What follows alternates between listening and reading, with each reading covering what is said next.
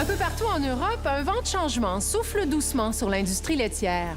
De plus en plus de producteurs s'interrogent sur la façon d'élever les petits veaux.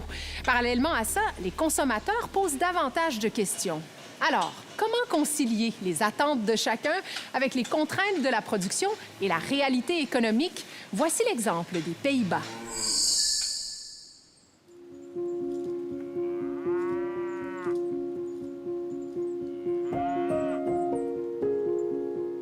Voici une scène que l'on ne voit pas souvent en production laitière. Un veau en train de téter sa mère. Nous sommes dans le sud des Pays-Bas, à la ferme de Corne-Hansem. Depuis 2007, ce producteur laitier conventionnel ne sépare plus les veaux de leur mère.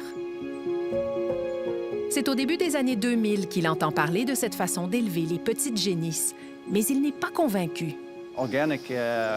Ils avaient parlé de ça à un congrès d'agriculture biologique. Et je me suis d'abord dit, ils sont fous. Quelques années plus tard, il décide tout de même de se lancer dans l'aventure. Sur la ferme familiale, cette nouvelle façon d'élever les veaux, qui semble de prime abord plus naturelle, représente tout un défi.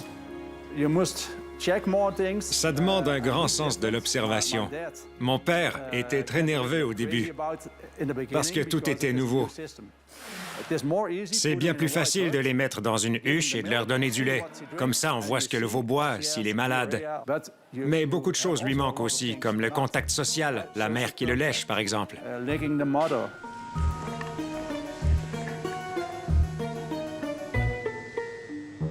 Les débuts sont difficiles. Il existe peu de ressources pour guider l'agriculteur qui fonctionne par essai et erreur.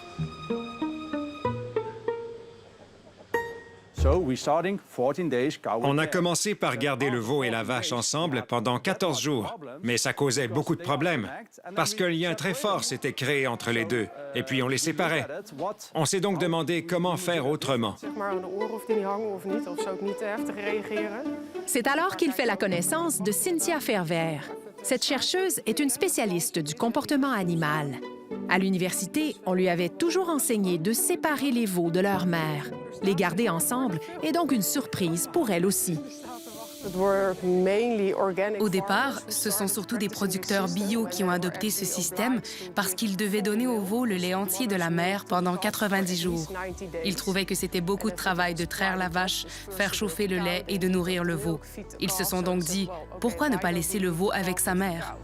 Mais au bout de 90 jours, eux aussi font face à des défis. Ils séparaient subitement le veau de la vache et ça causait beaucoup de problèmes parce que le veau était retiré du troupeau, il ne voyait plus sa mère, sa nourriture n'était plus la même, ses compagnons de jeu changeaient.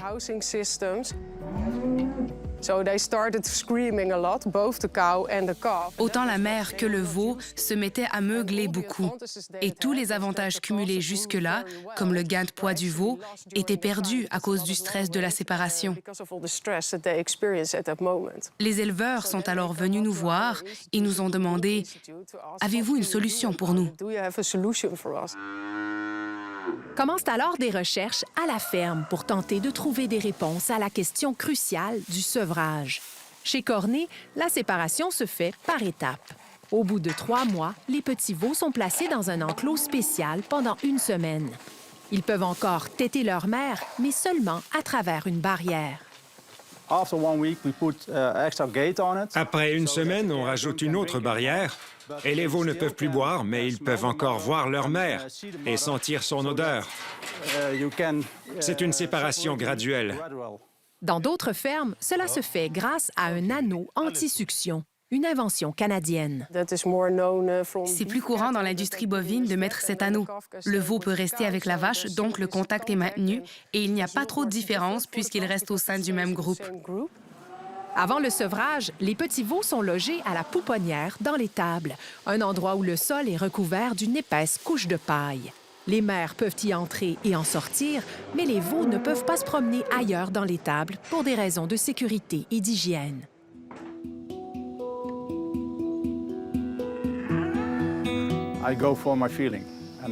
Ça me rend heureux quand le soleil se couche et que je vois les veaux qui courent dans le champ.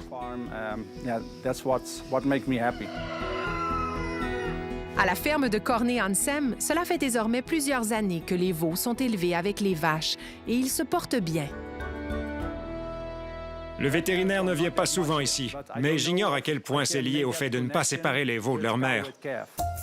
La chercheuse Cynthia Ferver constate, elle, que les problèmes de santé chez les veaux nécessitent moins de traitement quand les petits sont gardés avec la mère.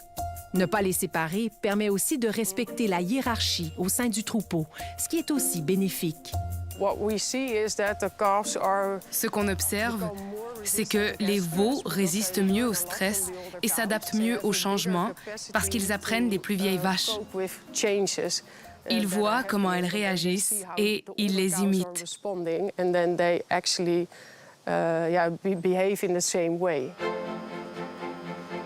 Mais pourquoi alors cette méthode d'élevage n'est-elle pas plus répandue? C'est entre autres pour des raisons économiques. En moyenne, une vache produit 30 litres de lait par jour. Le veau en boira de 8 à 10, autant de litres qui ne pourront pas être vendus. L'une des principales raisons pour lesquelles les fermiers n'aiment pas les garder ensemble, c'est qu'ils boivent vraiment beaucoup de lait.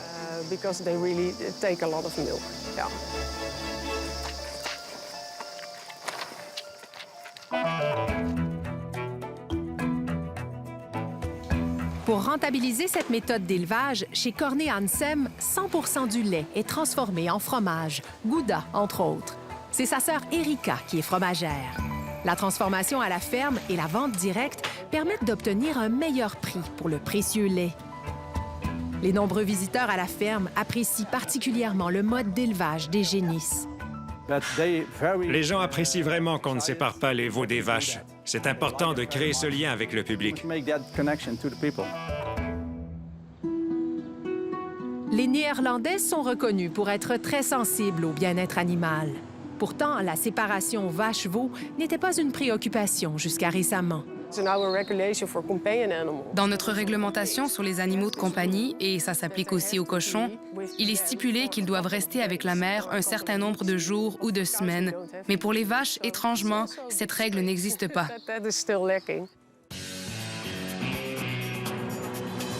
En 2014, une grande émission d'information à la télévision néerlandaise crée la commotion en traitant du sort réservé aux veaux dans le secteur laitier. Les consommateurs, d'une nuit à une autre, savaient que les veaux étaient séparés et les éleveurs ne savaient pas comment réagir. Montréalaise d'origine, Leslie Moffat a fondé, il y a 15 ans, Eyes on Animals, une organisation de protection des animaux basée à Amsterdam. Le consommateur moyen ne savait pas qu'on enlevait le veau de la mère. Le sujet défraie alors la manchette. Les Pays-Bas sont le premier pays au monde à élire des représentants d'un parti politique dont l'objectif est la défense des droits des animaux. En 2016, une motion proposée par le Parti des animaux, qui compte alors 2 députés, est adoptée en Chambre. Le gouvernement aura 6 mois pour trouver une façon de garder les veaux avec leur mère. Finalement, le projet n'aboutira pas, mais la conscience des consommateurs aura été éveillée. Avec Cornet et d'autres producteurs laitiers parmi la quarantaine aux Pays-Bas qui gardent les veaux avec leur mère, Leslie Moffat travaille au développement d'un label. Nous, on essaie avec ces éleveurs-là d'avoir un label sur le paquet pour que nous, consommateurs, on peut choisir leurs produits et être sûr qu'ils sont récompensés pour leurs efforts. Aux Pays-Bas, une certification de bien-être animal allant d'1 à 3 étoiles permet déjà aux consommateurs de savoir dans quelles conditions la viande, les œufs ou le lait sont produits. Garder les veaux avec la mère, ce n'est pas dans leurs critères, pas encore, mais ça va venir. Nous, on travaille sur les critères veaux avec la mère sur les fermes laitières et ça va être inclus dans leur système d'étoiles, 3 étoiles nationales ici aux Pays-Bas. Ailleurs sur le continent, plusieurs labels existent déjà, principalement en Suisse et en Allemagne, où plus d'une centaine de fermes gardent les veaux avec leur mère. Et dans de nombreux pays d'Europe, la recherche sur le sujet s'intensifie. Chez Cornet-Hansem, comme dans de nombreuses autres fermes, on tente de pousser le concept plus loin encore. S'il n'y a pas un veau qui naît, il n'y a pas de lait. Mais quand un veau naît, on a 50 de chances que ce soit un mâle. to have that also. You can send all the calves to France because they like calf meat. I think Donc, il faut expliquer cette réalité. that concept. Tout est lié. On ne peut pas consommer que du lait et du fromage. Not only the milk or the cheese. La viande aussi fait partie de l'équation. Et c'est important que les gens en prennent conscience. And that's important that the people know that is. À terme, il voudrait donc élever tous les petits veaux mâles chez lui au lieu de les envoyer dans des fermes d'engraissement. À travers l'Europe, les exigences des consommateurs pour un traitement plus respectueux des animaux bousculent les façons de faire des producteurs laitiers. Rencontrez-vous de la résistance?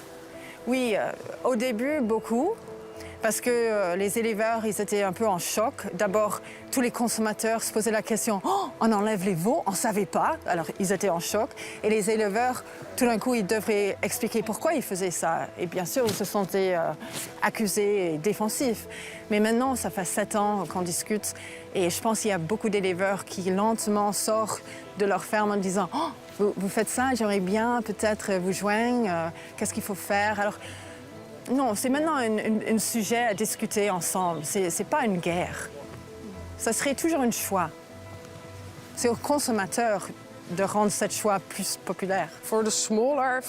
Je pense que ça peut fonctionner pour des plus petites fermes de 60, 70 ou 80 vaches. Mais pour des troupeaux de 150 vaches, je ne crois pas.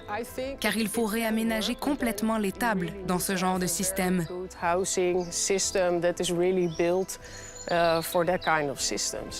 Sometimes, yeah, Parfois, on a un peu peur. On se demande si on fait bien les choses. Mais je crois en cette méthode d'élevage et je crois que les consommateurs vont nous suivre. pay for that. Les producteurs laitiers doivent être convaincus que c'est la bonne façon de produire du lait et d'élever leurs veaux. S'ils ne sont pas convaincus ou s'ils ne le font pas pour les bonnes raisons, ça ne marchera pas. Le monde ne va pas devenir végétalien demain. Les animaux, ils vont continuer à être élevés, mangés, abattus. Alors, il faut qu'on travaille maintenant ensemble pour améliorer le bien-être animal.